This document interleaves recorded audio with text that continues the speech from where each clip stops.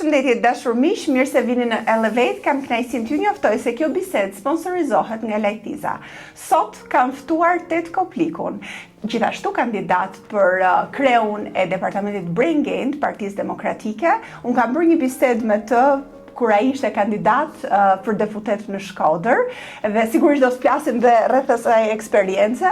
Tedi në një emision të më përparshëm ka bërë një prezantim, por pse jo të bëjmë edhe një rifreskim të rrugtimit të tij jetësor, por edhe për ndryshimet, do flasim edhe për ndryshimet që ai propozon që të bëj si kreu i këtij departamenti nëse fiton garën këtë fundjavë. Përshëndetje Teti. Përshëndetje Floriana. Mirë se vjen sërish në Elevate.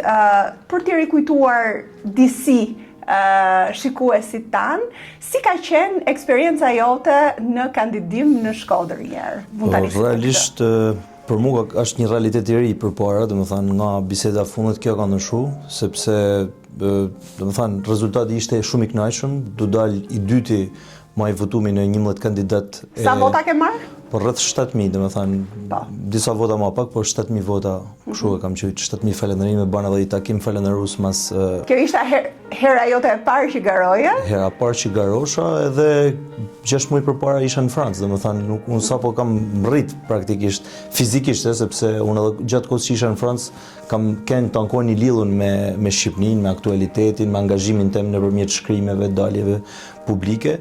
Por ishte eksperiencë shumë e veçantë, domethënë pavarësisht njeriu kur është pjesë e garës, mendon që gjithçka është e mujtun, dhe ndonjëherë kisha frikë për vetes që ndoshta isha tu egzageru ose isha tu i rrit shumë pritshmëritë. Por rezultati doli pak a shumë atë ç'a pritësha unë, domethënë rreth 7.000 vota. Rreth 7.000 vota, e megjithatë ti nuk arrite dot të merrje një vend në parlamentin shqiptar. Ishte zhgënjyese kjo flasim drejt? Nuk ishte zhgënjyese, patjetër që më trishton që ato njerëz që kanë besuar te unë nuk do ta kenë zonën e tyre në parlament për momentin, por 2 vitet e ardhshme, domethënë mund të jetë disa prej personaliteteve që janë brenda si përfaqësues të Shkodrës mundën me kenë ndoshta kandidat për bashkinë e Shkodrës. Domethënë unë jam i parë në listën e pritjes, kështu që shpresa vazhdon. Megjithatë mund të shoh entuziast tani më vjen mirë që pavarësisht sfidave ose zhgënjimeve të deklaruara ose jo, që gjithkush mund t'i ketë dhe është normale, sepse ti kur punon për diçka pret edhe atë... Është edhe sistemi, domethënë ne bim dakord tanë që sistemi ishte një farë mënyrë i padrejtë. Por mund të them dhe këtë, unë e vlerësoj faktin që ti vazhdon me këmbguljen tënde dhe shikon përpara, sepse dikush mund të tërhiqet dhe shikon punë të tjera, e ndërkohë dikush tjetër vazhdon. Dhe kjo tregon shumë edhe për karakterin tënd. Po në politikë është durimi, është cilësia që duhet më shumë se asnjë gjë tjetër. Domethënë të paktën me eksperiencën time edhe me çka kam lexuar, edhe besoj që po e stërvis durimin, se nga natyra nuk as jam njëri shumë i durueshëm, por jam entuziast edhe për atë krijesën thojza që për cilën ju më keni thirrë, që është departamenti Brain Gain, që tregoj një farë mënyret, po themi, suksesin që kishte në kuptimin e situatës, dhe misioni jonë ka qenë që ky departament me ekzistu edhe për te nesh. Ne do flasim për Brain Gainin, sepse prandaj kemi ardhur këtu, por përpara unë do doja të dija se si arritet ti deri te Brain Gaini. Domethënë politika ka qenë prezente në jetën tënde gjithmonë, besoj. Kështu që ishte një evolucion normal për ty? Unë them që ka qenë një vazhdim, një rrugtim bajagi koherent edhe i logjikshëm, nuk ka se ka pas në një surprizë. Unë kam filluar angazhimin tim shumë herët, pra në moshën 14 vjeçare, ka qenë fushata e parë në 2005, patjetër me ato flamujt e posterat, dhe ishte periudha kur kishte çdo natë kishte emisione politike ku kandidatu veshin përballë, ishte sistemi që vete edhe në elektoralisht përballë kandidatin përballë kandidatit, pra ka qenë sistemi i përzim majoritar proporcional. Dhe unë besoj që aty më ka lind tamam, po themi, pasioni për politiken, pasioni për debatin, Megjithatë ti arritur në një familje demokrate? Po, familje demokrate, familje që nuk janë... Jo të angazhuar... Kanë të angazhuar, por në ata nivelet e seksioneve, po themi, nuk ka se ka pas në angazhim madh. Nana ka kanë 2 vite deputete, por ka ardhur më tepër nga bota akademike. Dhe mas 2014 se mrapa, sidomos mas viti 2013, pra kur ishim në opozit, sepse gjatë periudhës isha në proces studimesh inxhiniertimit ose gjimnazi përpara, dhe mas 2013, pra kur ne erdhëm në opozit, pra është edhe shpirti i tru që do të më kanë denoncues, do të më kanë mos pranues i realitetit, aq më tepër një qeverisje si kjo që kena kaluar këto 12 vite. Dhe këtu po themi karakteri jem i përshtatshëm për politikë. Ti erdhe në Tiranë të studiosh diçka krejt tjetër nga politika dhe madje ke treguar edhe për sfidat e jetës si student në Tiranë, që nuk e gjetë veten tamam me ato deg që zgjodhe inxhinieria e ndërtimit. Megjithatë, njeriu kam përshtypjen që edhe pas eksperiencave të ndryshme vjen aty ku e ka destinacionin e tij për të arritur. Kështu që edhe për ty ka qenë politika.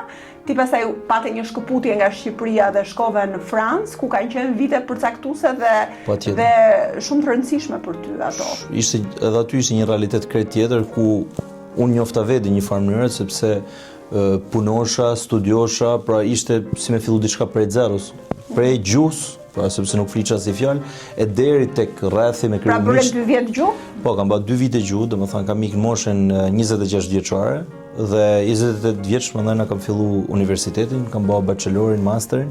Dhe me një herë mrapa jam diplomuar në tetor, nënor kam qenë në Shqipëri që kam filluar një farë mënyrë të mu angazhu para fushat, pra unë si isha kandidat, po. Si gjetesh Shqipërinë mbas një shkëputje kaq vjeçare? Si që thash, pra unë kam marrë një lidhje të përhershme me Shqipërinë, kam ardhur shpesh në Shqipëri, kam kënë tankohen, lexosha aktualitetin, pra nuk ishte një shkëputje, një izolim fakti që isha në Francë, por patjetër ndryshon, është një ritëm tjetër, është një mentalitet krejt ndryshe dhe fillon e i shef disa diferenca, pra sepse kur mësohesh një ambient që disa gjëra s'kan pikë rëndësie dhe kur vjen në Shqipëri janë prioritare për shoqërinë tonë ose anasjelltës. Por bën edhe diferencën dhe din me zgjell, pra të mirat edhe të këqijat, sepse edhe shoqënia jonë për mendimin tim ka shumë cilësi të mira që i ka ruajtur fatmirësisht. Por ka shumë gjëra tjera që duhet për respektimi institucioneve dhe gjëra tjera që patjetër një duhet më shku drejt tyne, sepse prova ka treguar që këto shtete janë suksesshme pikërisht se funksionin institucionet, se njerëzit, domethënë, shteti e konsideron vetin punëtor qytetarit. Nëse do përzgjidhje 2-3 gjëra kryesore që ke mësuar nga jetesa jote dhe shkollimi jot në Francë, çfarë do theksoje më shumë? Domethënë, diferenca mes 2 realiteteve, një farë mënyrët. Domethënë, nisa me fol për pjesën e Francës. Pra në Francë, edhe tek shkolla, edhe tek institucionet, edhe çdo marrëdhënie është i qartë, pra e din çka kërkohet dhe nëse realizon atë që kërkohet, ke sukses. Në Shqipëri është xhungël në tana aspektet. Pra, janë ligjet e xhungles, nuk ka asnjë lloj logjike pra në ç'a bën me ç'a arrin, por megjithatë ka disa rrugë cilat vazhdojnë në mesin të shnetshme, siç është marrëdhënia në shoqëni, marrëdhënia me familjen që unë e konsideroj shumë më të shnetshme në Shqipëri se sa atje, të paktën në perceptimin tim. Te si arrin dikush nga jashtë që vjen edhe shkollohet dhe shkëputet për një kohë konsiderueshme jashtë Shqipërisë që të ripërshtatet sërish me xhunglën e këtushme? Po, një farë mënyrë unë atje shkova mu stërvit për atë cilësi që mungote për xhunglën që jetosha dhe xhunglën që do t'u kthesha, pra se nuk është se ishte një largim kështu spontan ose ika për me jetu në Francë. Unë ika për me përmirësu një cilësi që nuk arrisha me përmirësu këtu dhe një farë mënyrë unë kam jetu me xhunglën gjithmonë dhe me shpresën për me e rregullu, sepse xhungla nuk është s'ka asnjë produkt të mirë, domethënë, të egërson, të merr energji për gjëra që s'do duhet të merrte energji. Pra, unë mendoj që nuk kam pas problemin e përshtatjes. Problemin e përshtatjes e kam pas kur kam ikë në Francë, pra në fillim. Ke qenë në kontakt me votuesit e tu pas zgjedhjeve? A i ke takuar? Patjetër. Përveç zhgënjimit të tyre, sigurisht, për rezultatin ose mos rezultatin e arritur, atë kanë inkurajuar që të vazhdosh? Patjetër, dhe fatmirësisht jena në të njëjtën linjë mendimit unë edhe votuesit, sepse unë mendoj, siç e thënë në fillim të bisedës, pra që unë mendoj që është mision dhe duhet më shku deri në fund. Shumicën e rasteve më thonë mos u mërzit, domethënë fjalia parë që më thonë mos u mërzit. I them s'kam për çfarë më mërzit. Ja thash nga që s'ke ikë në parlament. Atin është pak a shumë e njëjta bisedë, sepse mendojnë që mund të jem zhgënjë që s'kam ikë në parlament, por nuk ishte, unë edhe gjatë fushat se kam artikulu shpesh, unë nuk jam tu ardhur për më bërë rrogtar i parlamentit të Shqipërisë, jam tu ardhur me si më thënë, aktor, bravo, se s'po më vite fjala, aktor i politikës shqiptare i vendimmarrjes nesër, dhe unë ja arrita me sukses, domethënë, sidomos në proporcion me votën që e demokratëve, jam në rreth më të votuar në Shqipëri dhe jam thjesht njëri me shumë pak financime të fushatës, pra ka kanë fushata ndoshta normal modeste në Shqipëri, dhe arrit atë rezultat për që është shpresdhënës. Pra është e bëshme kjo, edhe për të rinjtë të tjerë që mendojnë që patjetër, dhe për mua në kapital shumë i madh. Ja, përkundër, për mua është sigurisht që të kisha pas më shumë lek, kishte kanë shumë më lehtë fushata, me pas staf më tepër, me pas reklamim më tepër, me pas financim të rrjeteve sociale më tepër, patjetër është marketing gjithçka. Por pa asnjë lloj fondit, po themi, të jashtëzakonshëm, arrita me afru rreth vetit 33 për shembull që e bëshin në formë vullnetare, siç e kam bën kur kam kanë moshën e tyre. Pra, njerëzit dojnë shpresë dhe unë besoj që atë nerv të shoqënisë shkodrane, po edhe shqiptare, sepse ç'është e vërteta edhe fal mediave mund të jem më i njoftun se sa veç në qytetin tim. Po është e shpresa që thonë po paska prap njerëz që merren me xhunglën, pra. Sepse shumë, domethënë, në këto vite njerëzit janë demoralizuar, domethënë, edhe prej mungesë të shpresë që diçka po ndryshon, tu marr parasysh që është konsoliduar pushteti, por edhe nga Afrika, domethënë sistemi i patronazhimit, presioni që bëhet në çdo aspekt të jetës personale, edhe kur dënë me punu në privat, prapë ato kanë ato rrjetet e tyre që shkojnë deri tek ti. Dhe për njerëzit është e vështirë me pa dikën që merret në mënyrë pasionante, me sinqeritet, me aq sa mendoj që unë kam. Po. Pra, dhe kjo është gjë e mirë. Unë mendoj që pikërisht kjo na duhet, pra rigjetja e shpresës edhe mbas uljeve të disfatave një farë mënyrë, disfatave, dhe sidomos edhe tek kjo rini që ne kemi, që është e shkolluar edhe jashtë, edhe ka krijuar ndoshta një horizont edhe më të gjerë, edhe vjen të kontribojë pikërisht për të ndryshuar ato gjëra që nuk shkojnë, kështu që unë të përgëzoj për këtë, ashtu si përgëzova edhe në Adën në bisedën dje, dhe vjen momenti që brain gain, që ka qenë vërtet shumë i rëndësishëm për ju gjatë këtyre 3 viteve, dhe unë ju kam parë realisht të angazhuar me mishe me shpirt në këtë departament, dhe që keni qenë krenar për të. Më pas, Andi jep dorëheqjen, ashtu siç e kishte paralajmëruar edhe më përpara, dhe hapen zgjedhje të tjera. Ishte evolucion normal për ty që të kandidoje për ta kryesuar? Fillimisht nuk është, domethënë, se Andi ka dhënë qysh në mars dhe nuk e disha edhe si po shkojnë zgjedhjet dhe çfarë angazhimit do të kem, si do të jetë realiteti politik. Por patjetër që e shoh si vazhdim logjik të angazhimit tim edhe brenda departamentit, por edhe nevojën që Partia Demokratike ka për këtë departament. Unë jam një ndër themeluesit e departamentit dhe një farë mënyrë e kena ndërtuar bashkërisht, themi, filozofinë e punës, konceptin e gjatë, sepse departamentin vetvete është një nga 26 departamente, por ne e kena dhënë atë formën tonë. Kjo s'do të thonë që nuk mundet me jetu pa ne departamenti. Fillimisht Andi po e tregon që mundet me jetu edhe pa Andin, por edhe pa ne, edhe ne si brez, nesër duhet me lanë një strukturë të kuptueshme, funksionale dhe të marrë në konsiderat nga Partia Demokratike. Dhe ky është misioni i jon dhe unë jam ajo hallka e rrallës. Po. Tani, për ata që nuk ndjekin politik, dhe se unë kam ndjekës të tillë, dhe që nuk e dinë se çfarë bën departamenti Brain Gain, nëse mund ta sintetizosh, po. Atëherë, departamenti Brain Gain është thithja e trunit, pra. Ne, misioni jon si departament është që nesër shqiptarët mu kthyn në Shqipëri, me ndërtu të armën e tyre në Shqipëri. Dhe këtë e kena ndonë 3 faza. Brain Gaini politik, Brain Gaini administrativ dhe Brain Gaini ekonomik. Brain Gaini politik një farë mënyrë ne kena mbërrit, sepse për gjatë 3 viteve qysh nga krijimi i departamentit, ne kena 33 kryesisht, sepse nuk ka se ka ndonjë limit moshet, po 33 sepse ata janë emigrantët kryesorë që kanë marrë lidhje me Shqipërinë. që kanë gjetë një hapësinë për me bë politikë për aty ku janë. Pra, më përpara u do të më kanë fizikisht për më marrë me politikë, ne në 3 vite treguam nëpërmjet artikujve, daljeve mediatike, propozimeve strategjike dhe gjitha punëve të departamentit Brengen që mos mi rreshtu tani. Kjo është faza parë. Faza dytë është momentin që ne vim pushtet. Pra, sepse Partia Demokratike është një parti ose është vetmja parti që mund të kriju rotacionin politik dhe në momentin që Partia Demokratike vjen pushtet, departamenti Brengen duhet me prodhu politika siç ka kanë, sepse origjina e emrit vjen nga politika që ka pas Partia Demokratike në 2006. Pra është një think tank në një farë mënyrë. Dhe në këtë formë ka ardhur drejt të marrjes të formës të think tankut. Pra, në fillim nuk është se ishte një departament si tan tjerë, si departamenti i bujqësisë, pra. Me politika për me kthy trunin Shqipni. Po kjo ishte shumë herë dhe ishte e pa kuptim. Ne një farë mënyrë po përgatisim një rrugtim të kthimit të trunit Shqipni në mënyrë graduale, si më thënë, nëpërmjet marrjes lidhjes, nëpërmjet krijimit politikave, nëpërmjet frymëzimit të rive mu marr. Ju vetë shumica prej jush jetojnë jashtë.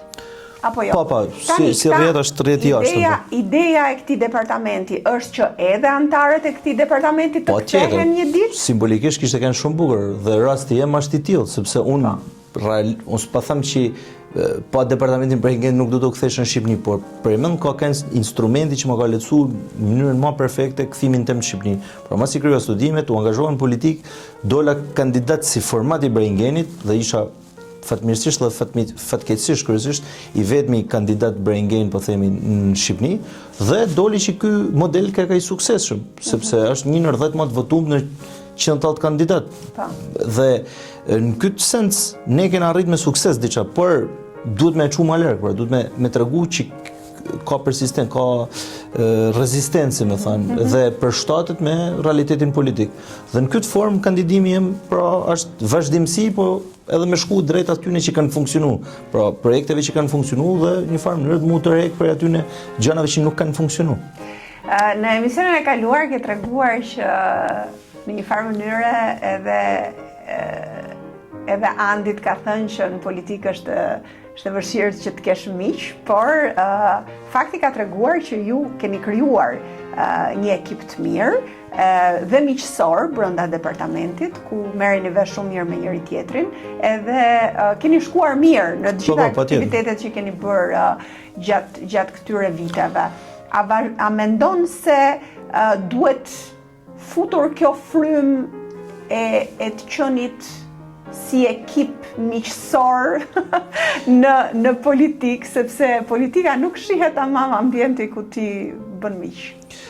Atëherë, ta rimarr për fillimit, fjalia Andit që më kujtohet është që nuk bëhet politik me miq, po mundesh me kriju miq në politik, pra, sepse Andi këtë thotë dhe ka kanë prova që unë Andin edhe jo shumë tjerë, por gjithë tjerët aty unë nuk i kam njoft para kësaj dhe sot patjetër kena kriju miqësi dhe ndoshta. Po pasi krijon miq, pastaj prandaj bësh politik. Po jo, sepse ti nuk nisesh me bë politik me miq, ti nisesh me bë politik me njerëz që bëjnë politik dhe tu bë politik krijon miqësi patjetër. Dhe aty sigurisht në çdo lloj grupimit mund të ketë edhe xhelozinat, mund të ketë tana këto të tjera, por në departamentin Brengen është e vërtetë që ka një lloj fryme pozitive.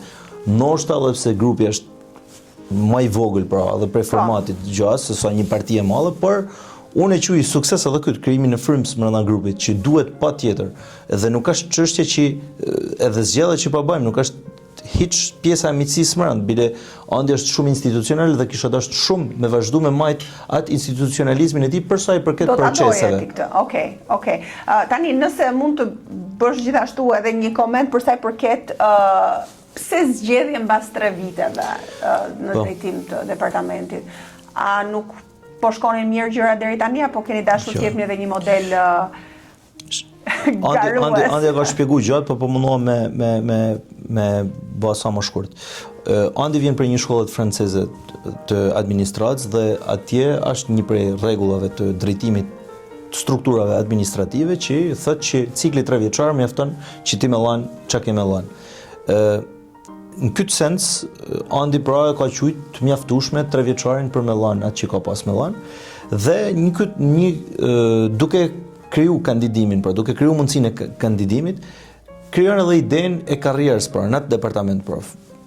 ik andi vjen dikush tjetër dhe në këtë moment secili prej anëtarëve mund të më mendu pse jo unë nesër me kanë drejtuesi këtij departamentit. Megjithatë drejtuesi mund të garojë prap, nëse dëshiron apo Nuk jo. ka si rregull, bile nuk është e detyrueshme mu të rrek. Pra në të rregulloren tonë që kena bë, që hala besoj që mas zgjedhjes drejtuesit të ri do ta bëjmë edhe zyrtare, por nuk ka se kanë një rregull, pra andi është zgjedhje totalisht vullnetare që unë du me mbyll drejtimin e departamentit dhe me kriju mundësinat prej 3 muajsh një gare shumë korrekte, shumë transparente që nuk besoj se ka me pas si koment cili të qoftë rezultati mbrapa. Pra në këtë formë japim disa modele, disa standarde, qofte pra mundësia e garës elektronike, qoftë tek përcaktimi i saktë i anëtarësisë, qoftë tek mundësia për me bë garë, pra me ballafaqu programe, projekte, dhe deri tek dita votimi që ka me kanë me datën 26. Pra, nëse ne, pse mos më kanë edhe në Partinë Demokratike kjo gjë, pse mos më kanë e konfirmuar me anëtarësi ashtu siç duhet, me kanë e qartë, ndoshta pse jo me një kod vjetore, pra me kanë secili anëtar, sepse ne kena, unë kam provu në primare, pavarësisht se si më thanë, e kalova klasën një farë mënyrë, po aty ka njerëz që votojnë në Partinë Demokratike, anëtar të Partisë Demokratike, pse duhet me kanë ata? Pra njerëz që janë regjistruar në vite, bile edhe 2 nën kryetarët e Partisë Demokratike, 2 nën kryetarët e Bashkisë në Shkodër janë ala në ata lista. Pra nuk është bërë rigjenerimi i tyre. Ne kena bë çdo vit riantarësimin, si më thënë, secili prej anëtarëve me tregu dëshirën për me vazhdu me kanë. Dhe ndahen anëtar aktiv dhe anëtar inaktiv. Aktivt kanë drejtën e votës. Pra, jenë ato një model mikro që mund të më shërbëjë edhe për partinë e madhe nesër, sepse ne pavarësisht akuzave, pavarësisht presionit mediatik që bëhet ndaj Partisë Demokratike, Partia Demokratike e vetmja parti politike që bën zgjedhje. Pavarësisht se janë larg të kanonit perfekte, ne bëjmë zgjedhje. Pse mos mi bë perfekt, mos më pas kërkush ç'a më thon. Nesër kur të jenë zgjedhjet e strukturave, po themi në prill 2026, apo në vazhdim primar ose jo primar, pa garanci ka se këto janë detaje që i vendos kryesia edhe Këshilli Kombëtar. Por kjo shërben në tana format Brengeni, sepse kjo ishte pyetja, me dhënë model edhe për Partinë Demokratike, por edhe për te e saj, pse jo? Absolutisht. Megjithatë, në kohët e sotme ku shpesh politika shihet edhe si interes për hir të vërtetës, edhe bëhen rëndom bazare me politikën, edhe ndoshta edhe një pjesë e konsiderueshme të rinjve kanë këtë mundësi që unë po futem, po çfarë do marr nga kjo gjëja. Po. Ju me modelin tuaj ndryshe në Brain Gain, çfarë i orientoni njerëzit që të marrin, edhe çfarë duhet të marrin, dhe çfarë i thoni që duhet marrin nga kjo përfshirje? Çdo grupim politik, çdo strukturë ka një fiksion mbrapa. Pra ka një ide, ka një koncept. Du me kthy demokracinë, du me kthy ekonominë patriotike. Nuk e di, domethënë çdo lloj grupimi ka një lloj filozofie të mbrapa. Dhe rreth vetit mbledh njerëz të ngjashëm që mendojnë pak a shumë se. Pra nuk mundem me mendu komplet kundërtën në çdo gjë dhe me kanë të një grupim. Pra departamenti Brain Gain po mbledh, po krijon atë filozofinë e saj, po them ideologji, po brenda Partisë Demokratike në disa aspekte. Dhe çdo gjë është interes, edhe un kam interes. Pra në kuptimin e interesit për mua, ajo që më ritmon jetën, pasionin. Pra që t'jep dhe përmushje shpirtërore. Po, është përmushje shpirtërore, për mua është Shqipnia me shqiptar, mua më frymëzon, nuk është të thonë me frymëzu këdo. Por në fundit për të tanë duhet me të frymëzu për shembull funksionimi i shtetit, funksionimi i demokracisë, funksionimi i meritokracisë, kapja e njerëzve që vjellin buxhetin e shtetit. Kjo duhet me frymëzu gjithkënd sepse projektohet në fund e mira tek jeta e secilit prej nesh. Absolutisht. Dhe nëse kauza është e drejtë dhe është e mirë, pra, njerëzit përfshihen edhe ne duhet me kenë fytyra e kësaj, pra fytyra që ka njerëz për që dojnë kjo gjë dhe është interes. Pra duhet me thënë që është interes i një shoqënie dhe shoqënitë e zhvilluar kanë interesa të tilla, nuk kanë interesa po më vjen miku jem, po marr tender, po bëj disa lek në mënyrë pa drejtë, sepse një sistem i drejtë t'jep mundësinë mu pasuru në mënyrë të ndershme nëpërmjet punës. Dhe unë besoj që shqiptarët janë demela, por sistemi ka kalb çdo gjë. Absolutisht. Dhe fakti që ju po bëni garë, edhe kjo në vetvete, kjo është diçka shumë e mirë. Do doja që të më thoje se çfarë mendon që ka shkuar mirë në departamentin Brain Gain dhe çfarë nuk ka shkuar sipas pritshmërive të tua, po themi, dhe pastaj dalim tek programi yt. po shkojnë bashk. Domethënë, çka ka shku mirë është po them identifikimi i rëndësisë që ka antipropaganda. Me librin e punëve të mira, ata thyen daljet mediatike, përgatitjet pavarësisht se filluan vonë të antarëve të departamentit Brengen për me dalë në media. Kjo ishte një gjë që funksionoi shumë mirë, laboratori i ideve, pra tregume që mundesh me bë politikë edhe tu propozu, pra për te denoncimit tu propozu dhe duke zhmontu propagandën që në një farë mënyrë për mendimin tim është pika më e fortë e qeverisë aktuale. Dhe ajo që s'ka funksionu, prap në njëjtin drejtim, është mos shkrimja me strukturat e Partisë Demokratike, pra nuk është se u kuptu 100%. Libri i punëve të mira për shembull qëllon që nuk është shpërndarë tani degët e Partive degëve të Partisë Demokratike në përrethë, ose ata thyen nuk është marrë nga njerëzit që dalin në media për Partinë Demokratike.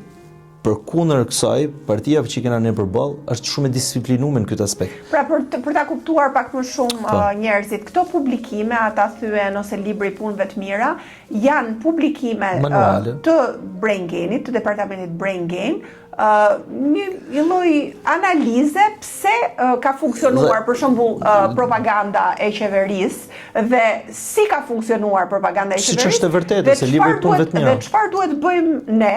Ose çfarë ka bërë Partia Demokratike gjatë qeverisë së saj, sepse që dy gjëra të shpjegoj. Sepse sigurisht që ka kaluar shumë kohë dhe jo të gjithë e kanë atë. Pikërisht, brezi i ri votuesi i parë nuk e din vetëm propagandën, se ndoshta unë e shpjegova shumë teorikisht. Libri i punëve të mira për shembull ishte grumullim faktesh që çdo gjë e mirë që kanë në Shqipëri kanë në Partinë Demokratike. Dhe krijohet një kontrast me atë që kanë në 12 vitet e ardhshme për me thy atë idenë që këto janë tani saj.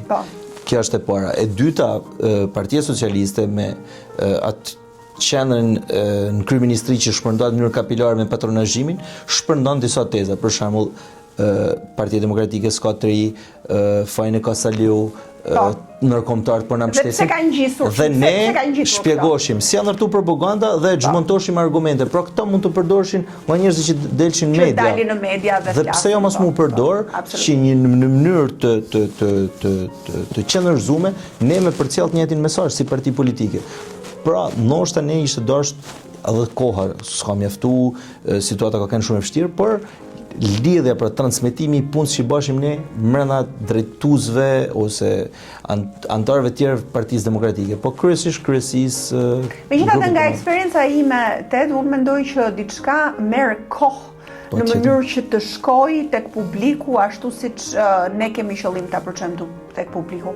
Pra, nëse ju bëni një publikim sot, do duhet kohë që ai publikim të shkojë në mënyrë sa më koncize dhe sa më të kuptueshme në gjuhë sa më popullore për të kuptuar nga të gjitha. Dhe mendoj që këto publikime ende nuk e kanë, domethënë e ruajnë vlerën e tyre nëse shpërndahen dhe vazhdojnë të shpërndahen, sepse është mendim i prodhuar nga ju. Në vijim të asaj që nuk ka shkuar sipas pritshmërive tek departamenti, çfarë do thoja? Kjo pra është, domethënë, përveç në disa momente pa kuptueshmëria e asaj që ne bëjmë, pra ndoshta s'kena pas sa duhet pedagogji ose nuk kena pas kohë për me e reklamuar ç'a bashim ne. Dhe një farë mënyre kjo ka pengu.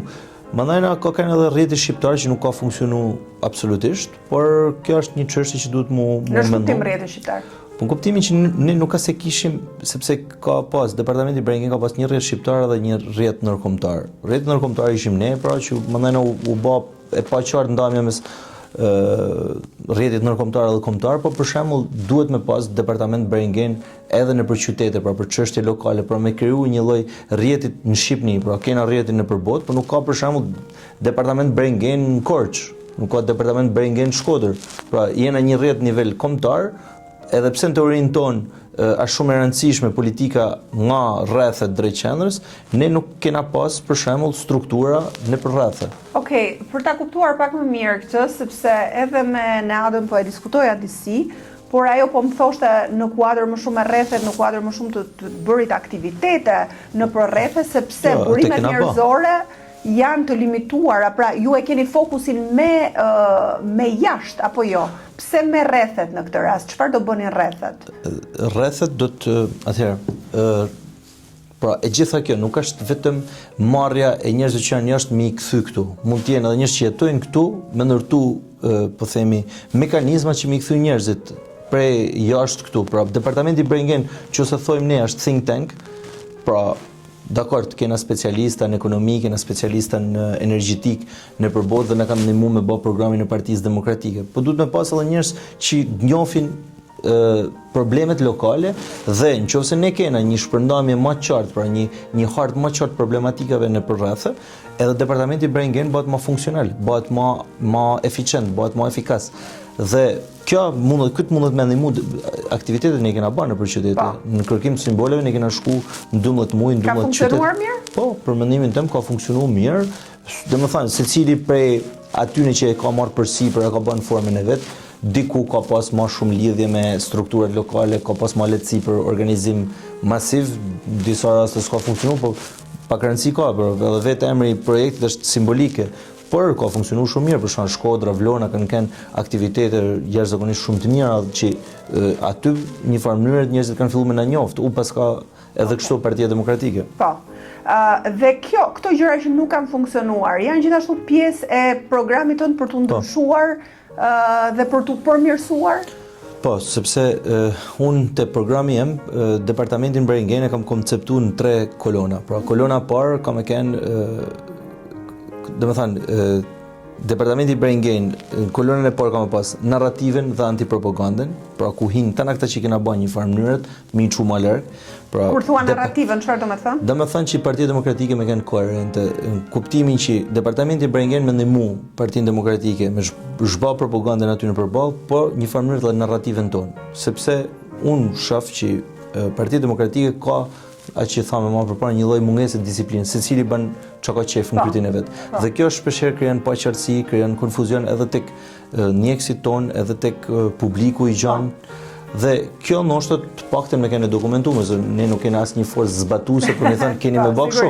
Por sugjerime në këtë aspekt ose manuale në këtë aspekt, pse jo? Pra Partia Demokratike çfarë është, si duhet me shku tek njerëzit. Dhe antipropaganda është kjo që i thamë më përpara, pra çfarë bën kampi përballë dhe ne me dekonstruktu në mënyrë shterruese. Kolona e dytë ka me kënë headhunters, pra departamenti Brengen me funksionu jo vetëm si laborator i desh, por edhe si laborator burimesh njerëzor, po themi. Rekrutim pra. Rekrutim pra, me gjetë, pra, siç e thash, edhe nëpër qarqe, por edhe përtej nëpër botë mu zmallu departamenti Brengen në emra, po tjetër që tonë nuk kanë me kënë aktiv. A keni një kusht dhe kriter që duhet me qenë jashtë për të përfshirë në Brengen? Jo, apo absolutisht. Pra dikush që... Kena dhe njerëz që jetojnë në Shqipëni, kanë bërë studime në Shqipëni, ndoshta s'kan kënë asnjëherë jashtë që janë pjesë e departamentit. Dakord. Nuk është e thënë, domethënë, departamenti qëllim ka kthimin e trunit. Thithjen e trurit. Po, ka qëllim thithjen e trunit, pra është një grup njerëzish që punojnë për këtë punë. Dhe sigurisht njerëz që jetojnë jashtë janë prioritar në kuptimin janë të parë që të shkon mendja mu angazhu sepse e kanë në lëkurë një farë mënyrë eksperiencën, por edhe njerëz që jetojnë në Shqipëri mundën me kenë. Por ka me kenë një nivel i caktuar arsimimit, po themi me kenë pjesë e departamentit që nuk e kena përcaktuar hala. Kanë me kenë disa kritere minimale pra për me majt një lloj standardit për sa i përket të marrë parasysh që është laboratori i desh, njerëzit që i prodhojnë të ide duhet me pas një lloj, po themi, një lloj cilësie mendimit. Tani me që po flasim për këtë, sigurisht që është edhe një promovim. Edhe e treta se mylla, edhe shtylla e tretë ka me kenë strategji që i propozon pra kryetarit Partisë Demokratike, kryesisë Partisë Demokratike dhe kryesisë grupit parlamentar, pra propozime ciklike, strategjike, qa si mas mendimit ton duhet me kenë prioritare, qoftë për kryetarin e Partisë Demokratike, qoftë për kryesinë e Partisë Demokratike, qoftë për Këshillin Kombëtar dhe grupin parlamentar. Mendoj që kjo do të shërbente shumë mirë Partisë Demokratike, pra ky think tank, ky rrjet, po themi, këshilltarësh, se çfarë ne mund t'i bëjmë, si mund t'i bëjmë gjërat më mirë në Partinë Demokratike, dhe kjo absolutisht është vlerë e shtuar. Mendoj që tani që po flasim për departamentin edhe për garën tuaj këtë fundjavë, por është gjithashtu edhe një promovim për çdo që po na ndjek, që njeh gjithashtu edhe aktivist të djathtë që duan, ose jo aktivist, por ata që studiojnë jashtë, që kanë një background akademik të mirë edhe që duan përfshihen dhe të ndihmojnë Partinë Demokratike me burime njerëzore, ose njohin dikë, pse jo, edhe të përfshihen. Si funksionon për sa i përket përfshirjes në listën e antarësisë së departamentit? Po për momentin e kena bllokuar antarësimin për shkak të procesit, po menjëherë mas procesit është një formular që plotësohet, që tregon pak a shumë interesat e atij antari që si e ka njoft departamentin, çfarë përfaqëson departamenti. Në përgjithësi këtyne antarëve të ri kena transmetua edhe dokumenta që shpjegojnë pak a shumë rrugtimin tonë edhe filozofinë e departamentit, por besoj që kena me formalizuar edhe më tepër pjesën po themi një dokumenti të përmbledhur, andi është të bën një podcast me episode që tregon gjithë eksperiencën e departamentit Brain Gain në disa episode, ajo ka me kenë edhe shkrume, që kam i shërby antarëve të ri. Kena me shtuar disa kritere, po themi, që nuk janë të përcaktuar, jo se janë shkel ndonjëherë, por votimet janë me 26 bëhet debati i dytë dhe në përfundim debatit fillon votimi deri të nesërmen, pra datë 27 në orën 12. Pra 27 shpallet fituesi. Si ka qenë, si është pritur nga antarët e departamentit kjo gare juaja? Po në përgjithësi fillimisht domethënë isha vetëm unë kandidat, edhe një farë mënyrë nuk kishte hala një kandidat dytë dhe marraj afati dhe bashkë me Andin i kërkova që ta shtyshim edhe një javë dhe bashkëm edhe një diskutim që mirë është me kenë 2 kandidat dhe me pas 2 programet, cili dhe që të ketë ambicje. Dhe prej debatit, domethënë aty tregohet që kena një lloj lidhjet me departamentin me çka kena kriju dhe në përgjithësi është prit shumë mirë, domethënë mund të ketë pas në një pikë pyetje pse pa noll, çfarë pa noll, se pa qartësi, për shembull kishte artikuj largohet nga Partia Demokratike Andi Mustafaj, kështu që ishin të furnizuar për propagandë, por e kena shpjeguar çdo gjë që ka ndodhur jashtë departamentit, se mbrapa s'ka pasur si lloj. Çfarë ndodh me Andi Mustafajin tani mbas këtyre zgjedhjeve? Vazhdojnë që të jetë antar i departamentit? Po tjetër, antari i departamentit, Andi po shkruan, po kjo është për te departamentit, po shkruan manifestin që është duke publikuar herë më herët. Shumë shpejt kena një takim në Asamblenë Nacionale Franceze me zëvendës presidentin e grupit miqësisë France Shqipni dhe po vazhdojmë atë projektin With Albania with Truth, pra mi shpjegu pak a shumë komunitetit ndërkombëtar, sot doli edhe raporti OSBE Odirit, pra sepse nuk është se ka me pas një ngjarje që ka me transformu, ka me shem regjimin, por është një bashkësi veprimesh që Partia Demokratike po bën, ne po bëjmë pjesën tonë, Andi po bën atë pjesën e vet.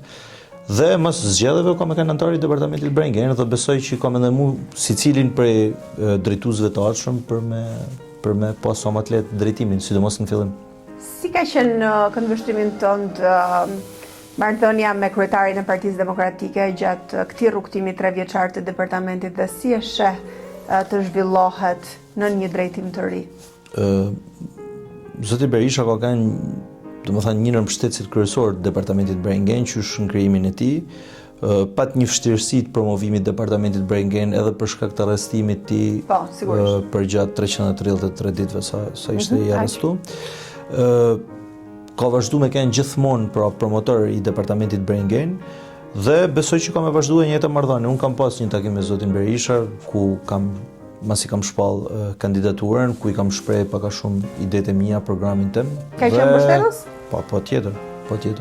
Dhe jam i bindur që ka me kenë edhe më shumë mbështetës, edhe zoti Berisha bite dakord një farë mënyrë që duhet me bëj më shumë për shkrimjen e departamentit me strukturat e partisë dhe me kenë më të lidhuna, pra me kenë me pas më shumë kohezion mes departamentit që është strukturë e Partisë Demokratike, por me strukturat tjera të Partisë Demokratike që shpërndajnë mesazhin që... Patjetër. Ted, me këtë situatë aktuale, as pak të favorshme për ne, çfarë do t'i thoje demokratëve të zhgënjyer që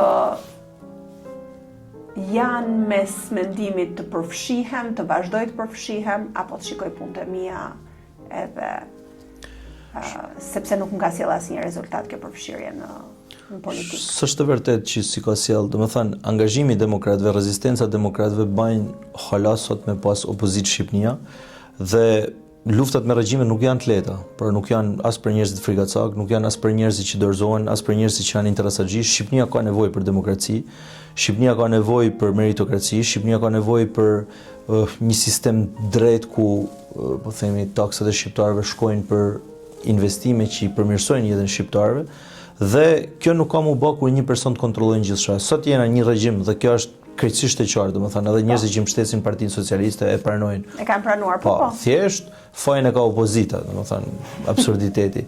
Opozita nuk e ka gjetë hala formulën për me përmys regjimin, sepse jena hala në regjim, kjo është e vërtet, por një ndër faktorët kryesorë që e bëjnë të vështirë rrëzimin e regjimit është mos angazhimi në politikë. Pra, ç'm duhet mua, nuk është punë e ime. Sa më shumë të angazhona, aq më afër ka me qenë rrëzimi sepse s'ka mes gjatë për jetësisht jena në mes të Europës, shqiptarët janë njerëz të lirë, kanë pas eksperjenca jashtë dhe kuptojnë që domethënë me kanë një vend i lirë dhe e bëjnë krahasimin. Dhe them që Partia Demokratike pavarësisht me tana problemet edhe për faktin që kanë shumë gjatë në opozitë, metet e vetmja mundësi për rotacionin politik dhe hajde ta bëjmë më të mirë Partinë Demokratike, domethënë me angazhimin ton, sepse edhe Partia Demokratike është një parti e madhe, nuk janë ta nëngjëj ose ata përballë janë ta ndjej. Por duke u angazhuar shumë, forcohet ajo, po themi, kolona e njerëzve me ideale dhe njerëzve që duajnë Shqipërinë. Falenderoj shumë për këtë bisedë, të përgëzoj për nismën tënde dhe shumë suksese. Shumë faleminderit për intervistën.